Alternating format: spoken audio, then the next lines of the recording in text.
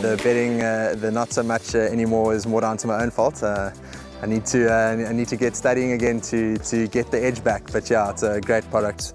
I love the exchange. It's really, in my opinion, one of the better bookmakers, if not the best bookmaker out there.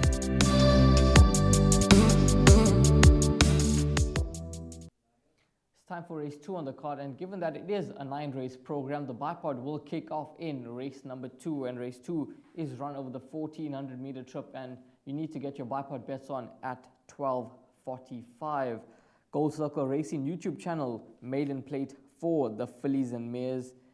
And Warren, in this lineup, we both like a horse, and we think this specific horse is going to be hard to beat now going over the 1400 meter trip.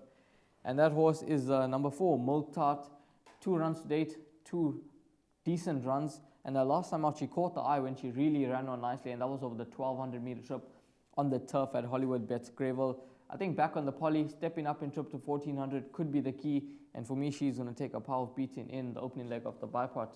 When I took the betting down earlier on, 14 to 10, around 14 to 10 about Milk Tart, and I thought that this was a generous price. I don't think she's going to start 14 to 10 a race time. I do like her, and I like her a lot. Bank her in the bipod, and in actual fact, if it was the pick 6, I'd be bankering her in the pick 6 too. She's gone on the poly, as you've alluded to. She should love the 1400. She comes from a bang-in form stable. She's owned by Laura de Haast. She gets ridden by Donovan Dillon, who's churning out the winners. Neatly drawn. Really, what we've seen so far, she should be able to put a field like this to bed. Obviously, number 1, high flyby for Corne Spies. Got a respect for the trifectas and quartets. Double Dream has been priced up around 33 to 10 for Anton Marcus, Vaughan Marshall and Willie van der Merwe from a good draw. And Tempelhof certainly got a place chance. The interesting runner for me is number 7, Minstrel Gallery for Patrick Lunn, Keegan de Mello. She is my value selection, my lurker in the race. She was the second fastest finishing on debut, and I'm expecting huge improvement from her, so much so that I've singled her out in the shortlist as a horse to watch out for. But for me, 14 to 10, if there's 14 to 10 about Milk Tart come race time, and I doubt there will be, I suggest take it, because I think she's going to be very hard to beat. Milk Tart is a selection for Warren and myself in race number 2. And if number 2, Double Dream, the 3-year-old daughter of William Longsword for Vaughan Marshall and Anton Marcus, she's drawn in gate number 2.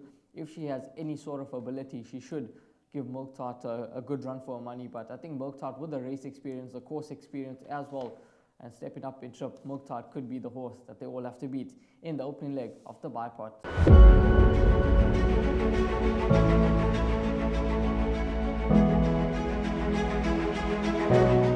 It's Donovan Everett from Cape Racing, and I'd just like to say it's an absolute pleasure to be involved with Intrabet and Cape Breeders in this golf day today here at Pearl Valley. It's fantastic for the industry to see all the relevant stakeholders coming down and having a good time and networking, and it's exactly what the industry needs right now in terms of moving forward and recreating some positivity to take us forward into the next year.